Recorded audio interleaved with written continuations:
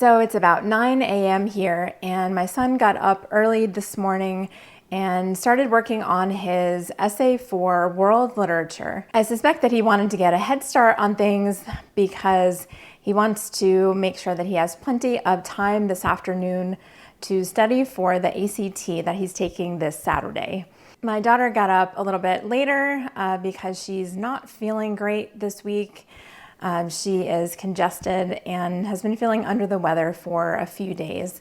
But that's the beauty of homeschooling. There is so much flexibility, and you can go at your own pace and do what works for you. How are you doing on your mind now?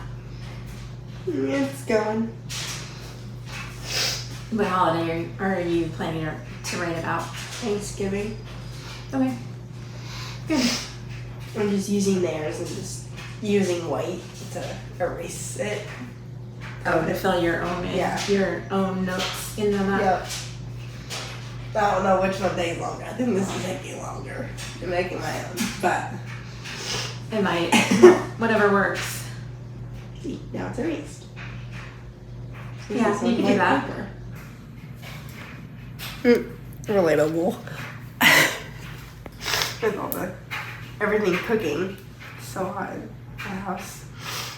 Yeah, it gets pretty hot when we're cooking Thanksgiving. We always have to crack open a window or a door. So you've got Thanksgiving in the middle, Yep. and then you left some of the writing where that made sense for Thanksgiving that they already had, Yep. and filled in some others. What happened to my pumpkin pie? What happened to your pumpkin pie? Yeah, it was supposed to be. Pumpkin pie is missing. There's a lot of senses you could write about concerning Thanksgiving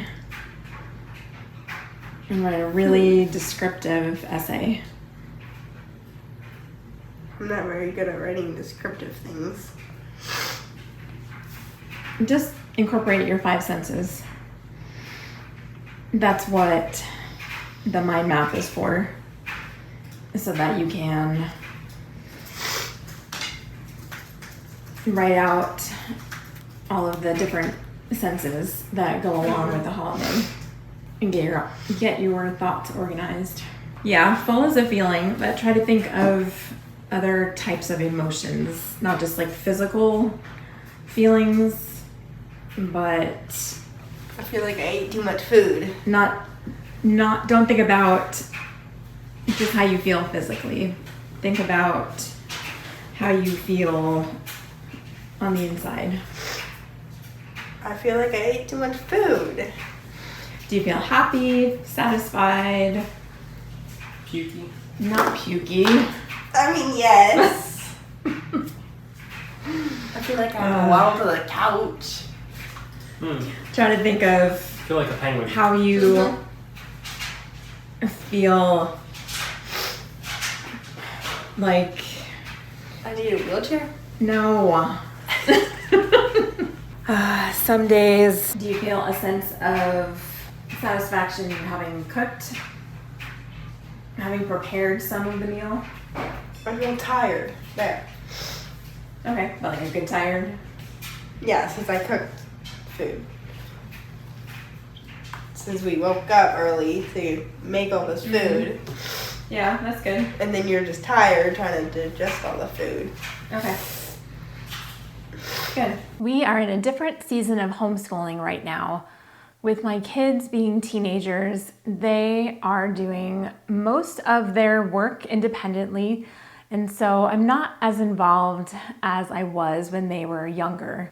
I still do check in with them daily, and I also check their math problems every day, and I grade their tests and quizzes and writing assignments.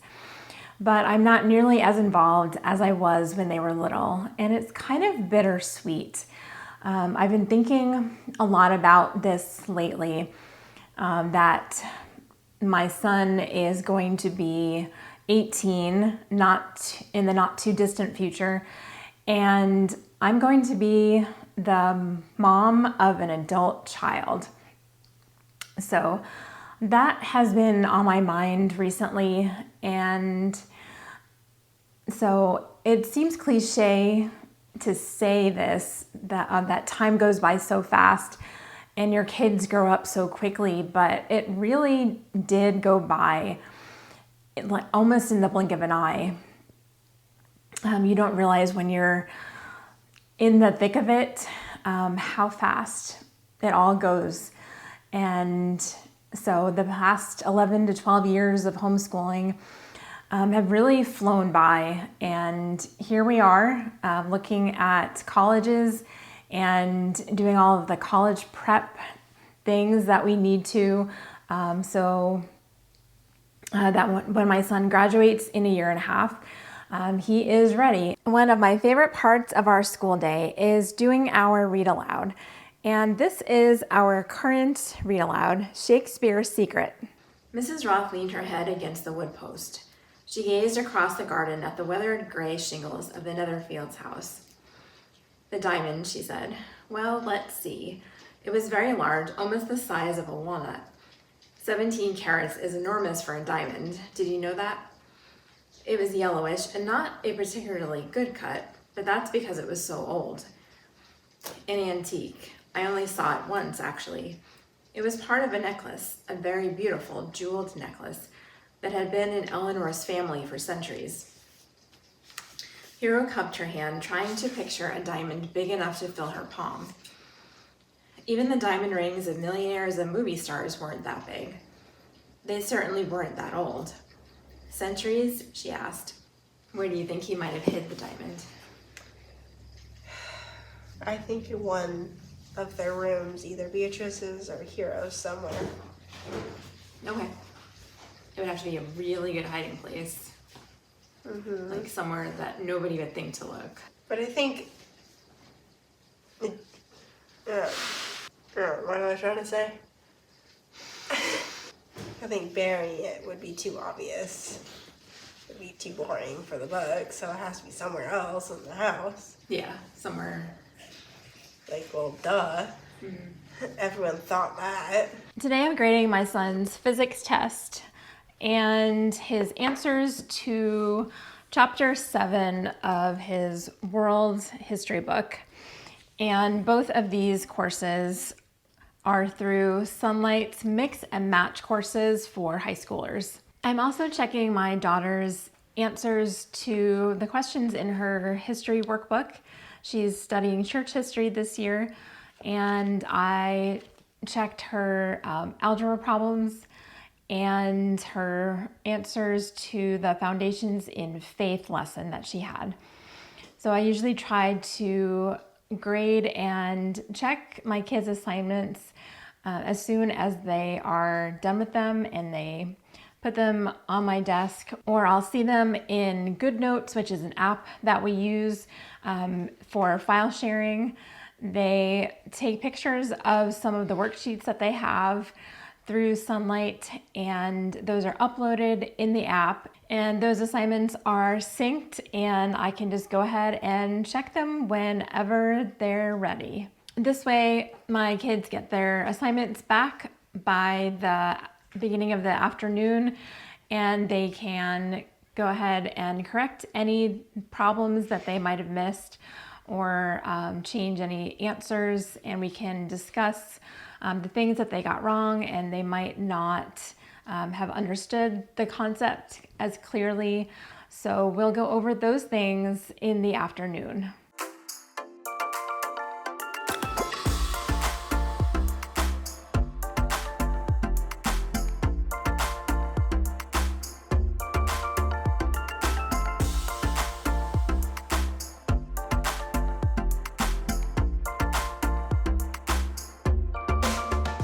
Leftovers for lunch. So my teens will usually just have lunch whenever they're good and ready. Sometimes it's noon, sometimes it's 1 o'clock. Whenever they have a good stopping point in their schoolwork, they'll just grab leftovers out of the fridge or make a sandwich and then I eat usually after I'm done grading all of their assignments, and that's could be anywhere from noon to 12:30, sometimes even 1 o'clock.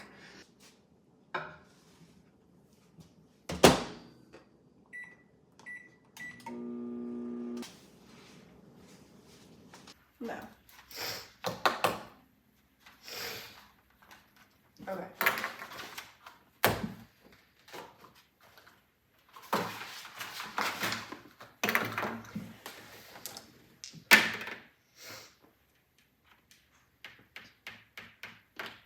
Okay. I think I killed Orchid.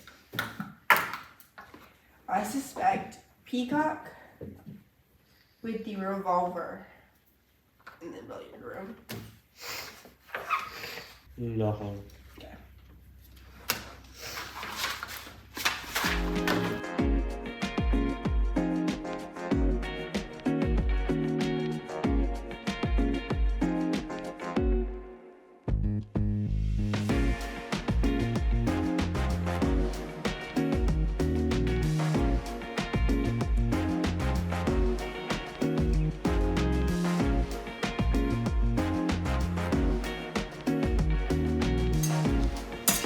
And I'm making a mess.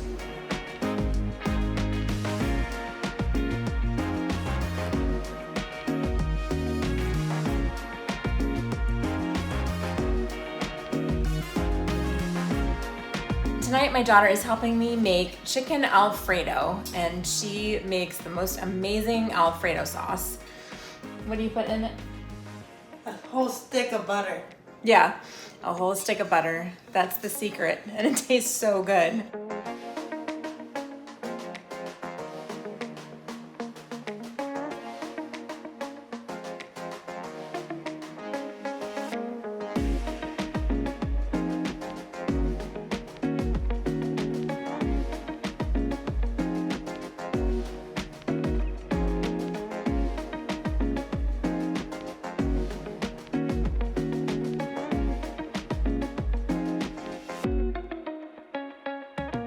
About that much. Right. Salt. Do we need salt?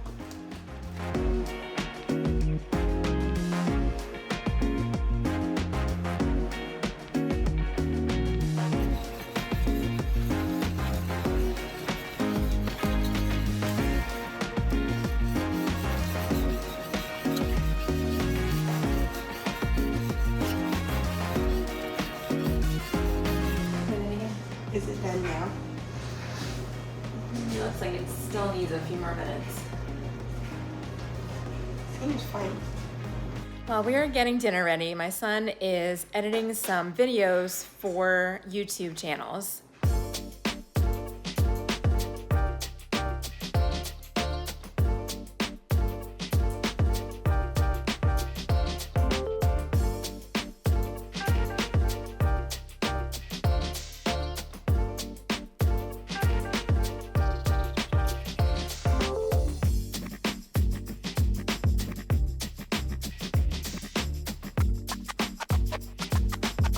It's Friday, and my son is taking the ACT tomorrow for the second time.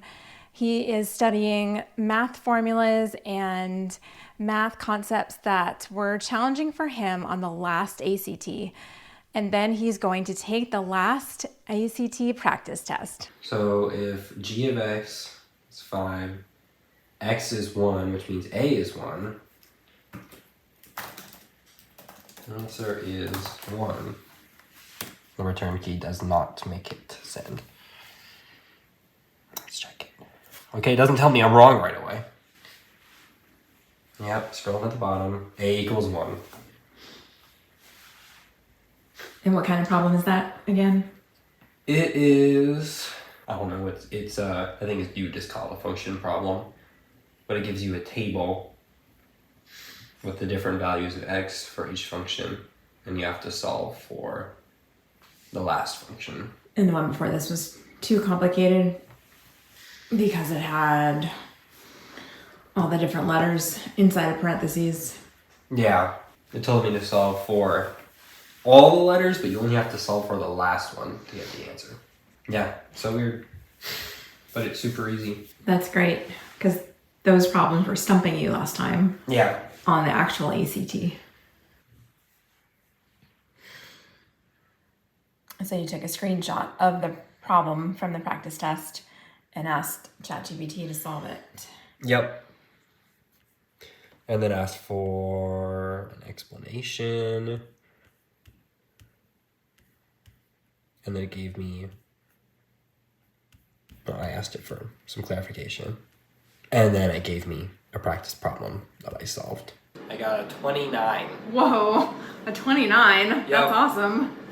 And all the questions that I got wrong were super hard things that I haven't learned. Except for one. One was like a gimme. I don't know how I got that wrong. Okay. The rest were all super hard. I looked them up and figured out how to solve them. So I should be in good shape tomorrow. Yeah, that's great. You said one of them was a gimme? What does that mean? It was super easy. Like anybody could get that without thinking. What were the problems that were super hard that you looked up how to solve? I don't know. I know how to solve them now. Okay. I can tell you what they all are. But I pulled up my score 4 points from the last practice test. Yeah, because you got a 25 last time. Mm-hmm. Yeah, that's great. So you're all set for tomorrow. Yep. You got everything packed? Yes. I made a list. Okay, awesome. Friday is when I enter my kids' grades into Google spreadsheets. So I will go ahead and open up one of the spreadsheets.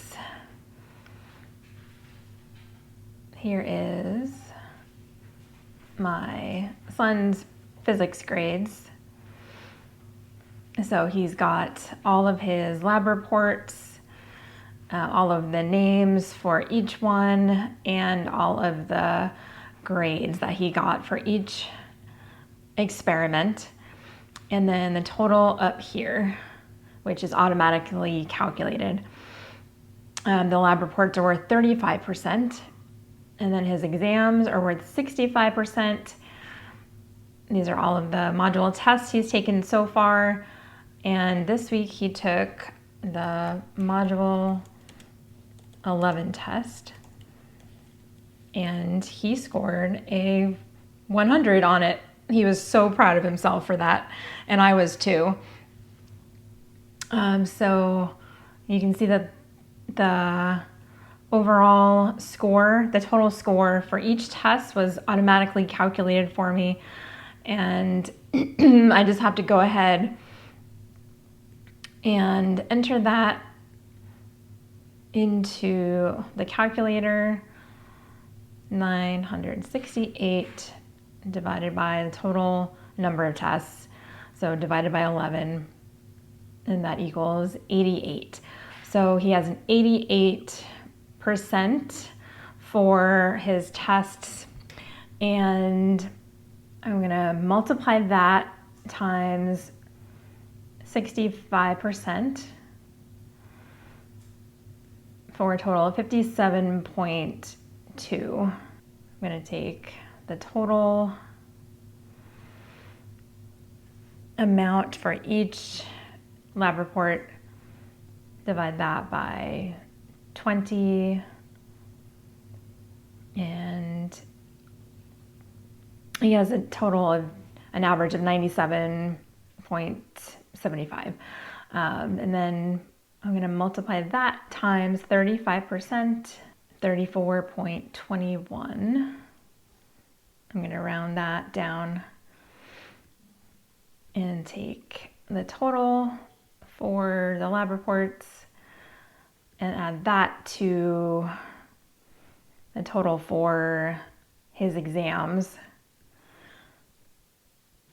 And that gives me 91.41. So his total grade, if this was the end of the year for physics, would be a 91 or an A-.